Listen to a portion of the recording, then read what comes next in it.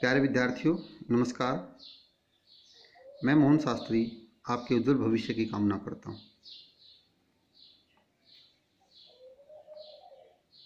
आज हम अध्ययन करेंगे हमारे व्याकरण के टॉपिक वाक्य का। प्यारे बच्चों, आपको बता दें, हमारी 10वीं कक्षा में हिंदी में व्याकरण के 4 टॉपिक है: वाक्य, वाच्य, रस, पद। वाक्य, वाच्य, रस और पद, ये चारों टॉपिक हमारे 4-4 अंक के आते हैं। वाक्य, वाच्य, रस और पद। आज हम अध्ययन करेंगे वाक्य। वाक्य किसे कहते हैं? हमने 9th में पढ़ा वाक्य किसे कहते हैं, अर्थ के आधार पर वाक्य के कितने भेद हैं। 10th में पढ़ेंगे वाक्य किसे कहते हैं और रचना के आधार पर वाक्य के कितने भेद हैं। वाक्य किसे कहते हैं? शब्दों का वह व्यवस्थित समूह जो एक निश्चित भाव दर्शाता है, वाक्य कहलाता है। वाक्य किसे कहते हैं? शब्दों का वह व्यवस्थित समूह जो एक निश्चित भाव दर्शाता है, वाक्य कहलाता है। शब्दों का वह व्यवस्थित समूह जो एक निश्चित भाव दर्शाता है, वाक्य कहलाता है। रमेश पुस्तक पढ़ता है, कृष्ण मैच देख रहा है, ये सभी वाक्य है। वाक्य के अंग। वाक्य के 2 अंग होते हैं, उद्देश्य और विधेय। उद्देश्य और विधेय। वाक्य के कितने अंग होते हैं? वाक्य के 2 अंग होते हैं, उद्देश्य और विधेय। उद्देश्य किसे कहते हैं? वाक्य में जिसके विषय में कुछ कहा जाता है।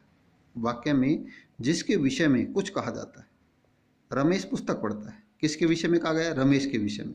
रमेश उद्देश्य। उद्देश्य किसे कहते हैं? वाक्य में जिसके विषय में कुछ कहा जाता है उसे उद्देश्य कहते हैं। उद्देश्य कहते हैं। विधेय। उद्देश्य के विषय में जो कुछ कहा जाता है उसे विधेय कहते हैं। उद्देश्य के विषय में जो कुछ कहा जाता है उसे विधेय कहते हैं। रमेश पुस्तक पढ़ता है, पुस्तक पढ़ता है, विधेय है। रचना के आधार पर वाक्य के भेद। रचना के आधार पर वाक्य के 3 भेद होते हैं: सरल वाक्य, संयुक्त वाक्य, मिश्रित वाक्य। रचना के आधार पर वाक्य के 3 भेद होते हैं: सरल वाक्य, संयुक्त वाक्य, मिश्रित वाक्य। सरल वाक्य किसे कहते हैं? जिस वाक्य में मुख्य रूप से एक ही विधेय होता है उसे सरल वाक्य कहते हैं। जिस वाक्य में मुख्य रूप से एक ही विधेय होता है उसे सरल वाक्य कहते हैं। एक बार रिवीजन करते हैं। वाक्य किसे कहते हैं? शब्दों का वह व्यवस्थित समूह जो एक निश्चित भाव दर्शाता है, वाक्य कहलाता है। शब्दों का वह व्यवस्थित समूह जो एक निश्चित भाव दर्शाता है, वाक्य कहलाता है। वाक्य के 2 अंग होते हैं, उद्देश्य और विधेय। वाक्य में जिसके विषय में कुछ कहा जाता है उसे उद्देश्य कहते हैं और उद्देश्य के विषय में जो कुछ कहा जाता है उसे विधेय कहते हैं। रचना के आधार पर वाक्य के कितने भेद होते हैं? रचना के आधार पर वाक्य के 3 भेद होते हैं: सरल वाक्य, संयुक्त वाक्य, मिश्रित वाक्य। सरल वाक्य, संयुक्त वाक्य, मिश्रित वाक्य।